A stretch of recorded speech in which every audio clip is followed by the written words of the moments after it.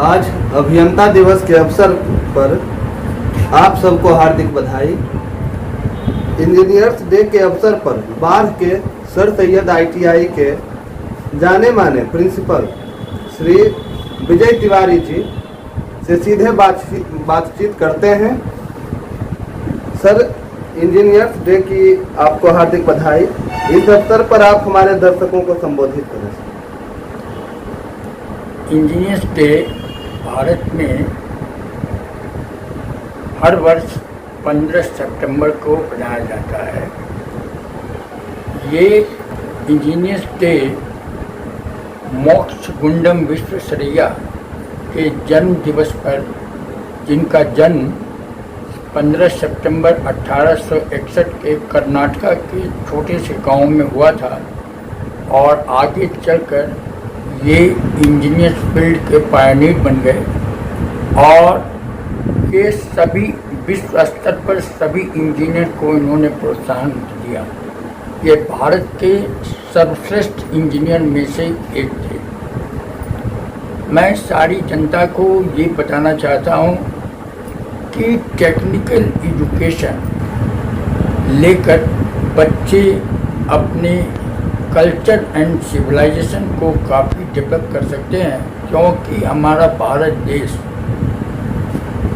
Engineers के contribution पर industrialisation के कारण इसकी इकोनॉमिक ग्रोथ सबसे ज़्यादा है।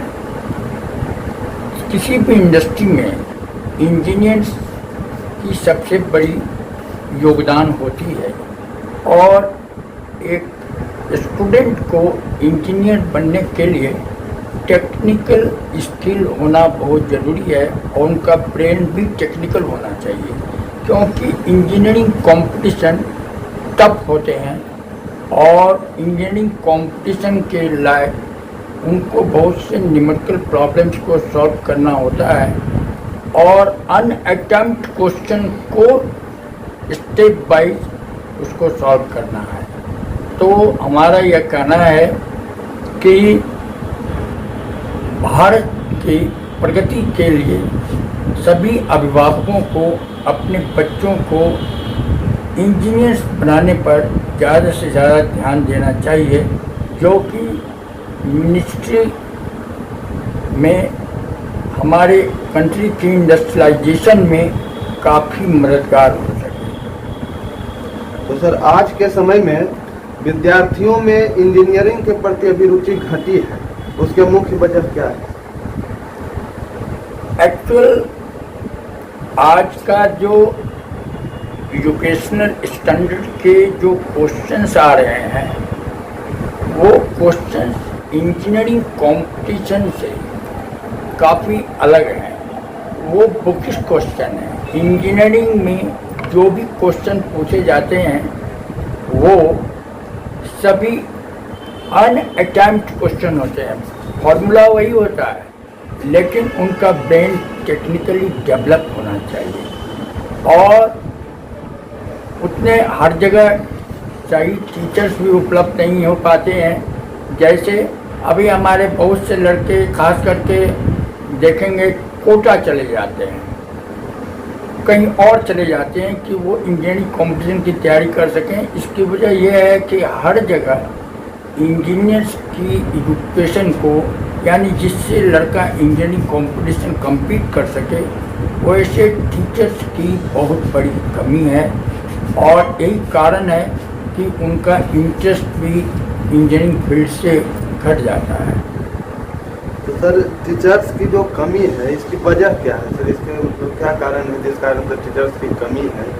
तो सर, इसके एक्चुअली क्या है कि टेक्निकल एजुकेशन में आने के लिए जिस स्टैंडर्ड के क्वेश्चन पूछे जाते हैं, जैसे मैं बताने जा रहा हूँ, जैसे नीट कंपटीशन है या IIT JEE है, इसमें जिस स्टैंडर्ड के प्रॉब्लम पूछे जाते हैं और उसके न्यूमेरिकल को अटेम्प्ट करना होता है, तो कॉलेज में वो अगर कॉलेज एजुकेशन जिसको एकेडमिक एजुकेशन कहते हैं, उसमें यदि वो ज़्यादा से ज़्यादा न्यूमेरिकल बना सकेंगे तभी जाकर के वो कंपटीशन कम्पीट कर पाते हैं। कर पाएंगे। या कहीं वो कोचिंग कर रहे हैं तो वो अगर इस चीज़ का स्पेशलिस्ट है तभी जाकर वो लड़के को सही गाइड कर सकता है। नहीं तो आप ऐसे भी सोच सकते हैं कि क्या कारण है कि यहाँ से लड़के आम जगह से डायरेक्ट कोटा पहुँचते हैं, तो कोई फिटजे में जाके पटना में या किसी ब्रांच में कोचिंग करता है, कोई ब्रिलियंट में कोचिंग करता है। तो इसकी वजह क्या है? तो सबसे बड़ी बात यह है कि अभी इंडिया में जो रेशियो है हमारे समझ से 5000 में एक लड़का इंजीनियर बन पा रहा है। और यही सबसे बड़ी यहाँ के एजुकेशन सिस्टम में जो हमारे समझ से है वो डिफेक्ट है, क्योंकि यहाँ पर थ्योरेटिकल प्रॉब्लम को ज़्यादा से ज़्यादा कोचिंग में या क्लास में सॉल्व कर दिया जाता है।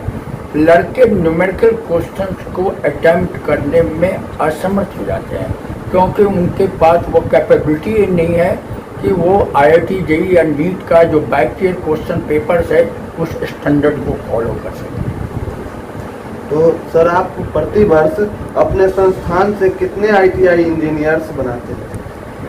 मेरा संस्थान एक छोटा सा ministry of skill and entrepreneurship के अंतर्गत NCVT से प्राप्त फीचर एवं इलेक्ट्रिशियन ट्रेड कंडक्ट करता है, कोर्स को चलाता है। ये टेक्निकल एजुकेशन का सबसे छोटा कोर्स है। इसके बाद डिप्लोमा लेवल आता है और डिग्री लेवल आते हैं। तो हम अपने इंस्टीट्यूट से लगभग 5% से 6%, क्योंकि हमारे संस्थान में जो भी लड़के एडमिशन लेते हैं वो मैट्रिक बेसिस में पर एडमिशन लेते हैं, और उनको डेवलप करने के लिए ITI पास करने के बाद रिटन कंपटीशन होती है, जिससे वो 2 साल में डिप्लोमा कर सकते हैं। उसके आगे इंस्टीट्यूशन ऑफ इंजीनियर्स इंडिया से वो BTech भी कर सकते हैं, या अदरवाइज वो कहीं से AICTE के अंडर भी वो BTech कर सकते हैं। तो प्रयास तो बहुत है, क्योंकि हमारा संस्थान रूरल एरिया में पड़ता है और एक इंजीनियरिंग एजुकेशन को एक्वायर करने में बहुत ज़्यादा पैसा खर्च होता है, तो इसमें कि ये सामर्थ्य बहुत कम लोगों में होती है, और रूरल एरिया में पढ़ने के कारण यहाँ ज़्यादा से ज़्यादा लोग टेक्निकल एजुकेशन की तरफ डाइवर्ट नहीं हो पाते हैं, जस्ट लाइक इंजीनियरिंग या डिप्लोमा। लेकिन फिर भी यहाँ पर बाढ़ जैसे जगह में, बाढ़ सब डिवीज़न में NTPC है, जहाँ पर लोग इंजीनियर्स लोग बाहर से भी आकर के काम कर रहे हैं। और बाढ़ अनुमंडल के भीतर भी जो कुछ लड़के अगर कहीं से पास किए हैं तो वो इंजीनियरिंग पास किए हैं तो वो NTPC में काम कर रहे हैं। लेकिन बाढ़ अनुमंडल में अभी ऐसा मेरे समझ से कोई ऐसा एजुकेशनल इंस्टीट्यूट नहीं है जिससे ज़्यादा से ज़्यादा लड़का बल्क में इंजीनियरिंग कंपटीशन फेस कर सके। लोगों को इसके लिए पटना का शरण लेना पड़ता है।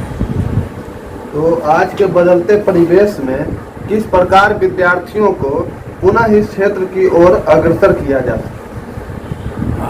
आज के इस बदलते दौर में सबसे पहले स्टूडेंट के दिमाग में ये बात आनी चाहिए कि आफ्टर मैट्रिकुलेशन उनको अपना किसी भी साइंस के सब्जेक्ट में उनका अंडरस्टैंडिंग, अपना बेसिक एक्सप्रेशन निकालने की कोशिश होनी चाहिए। वो अगर फिजिक्स में अच्छा से अच्छा अपना एक्सप्रेशन निकाल सकते हैं, वो ज़्यादा न्यूमेरिकल प्रॉब्लम को सॉल्व कर सकते हैं, वो एक सही गाइड ले सकते हैं, तो वो आकर के वो आगे चलकर ज़रूर कम्पीट करेंगे। क्योंकि क्या होती है कि उनको सही शिक्षा, सही गाइडलाइन नहीं मिल पाती है और बच्चे वो आगे डेवलप नहीं कर पाते हैं। यही एक वजह है। जैसे मैं इतना ही बता रहा हूँ कि आज इतना दिन से 2006 से sir Syed technical training centre चल रहा है, लेकिन यहाँ पर मैंने कभी ये नहीं देखा कि यहाँ ANS कॉलेज है, भुवनेश्वरी कॉलेज है, बहुत से कॉलेज हैं जहाँ पर लड़के इंटर साइंस कर रहे हैं। लेकिन हमारे पास कोई ऐसा भी 10 लड़का कोई आया हो जो कि कहे कि हम इंजीनियरिंग की सर तैयारी करेंगे, जबकि sir Syed technical training centre brand है और यहाँ पर अगर लड़के चाहें तो आराम से वो इंजीनियरिंग कंपटीशन की तैयारी कर सकते हैं। तो सर आप कुछ बताना चाहेंगे आप अपने सर सैयद जो ITI संस्थान है, इसके प्रति जो इसमें क्या क्या फैसिलिटीज है जिस कारण से सर स्टूडेंट अग्रसर हो इस क्षेत्र में?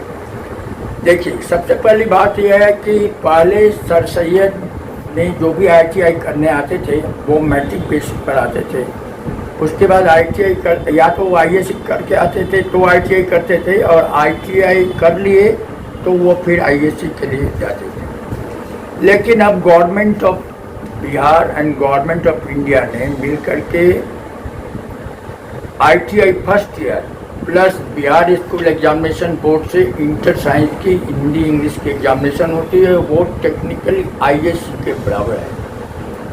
तो लड़के अगर चाहें तो वो 2 साल के कोर्स के बाद वो यहाँ से इंजीनियरिंग कंपटीशन की तैयारी कर सकते हैं। साथ ही साथ जो बाहर से भी लड़के ISC कर रहे हैं, अगर उनको ये मालूम है कि हाँ हमको इंजीनियर बनना है, या उनके अभिभावक को ये इंटरेस्ट है कि इंजीनियर बनना है, तो वो sir Syed technical training centre में आकर कांटेक्ट कर सकते हैं। उनकी पढ़ाई की व्यवस्था अरेंजमेंट करना ये हमारा फर्ज है। और यहाँ पर चूँकि हमारे यहाँ ग्रेजुएट इंजीनियर ज़्यादा हैं, डिप्लोमा है, इसलिए मुझे ये मालूम है कि उनकी तैयारी किस तरह हो सकती है और वो किस तरह से कर सकते हैं। जैसे ख़ास करके मैं भी BTech electronics and telecommunication engineer हूँ, उसके बाद मैं MTech हूँ।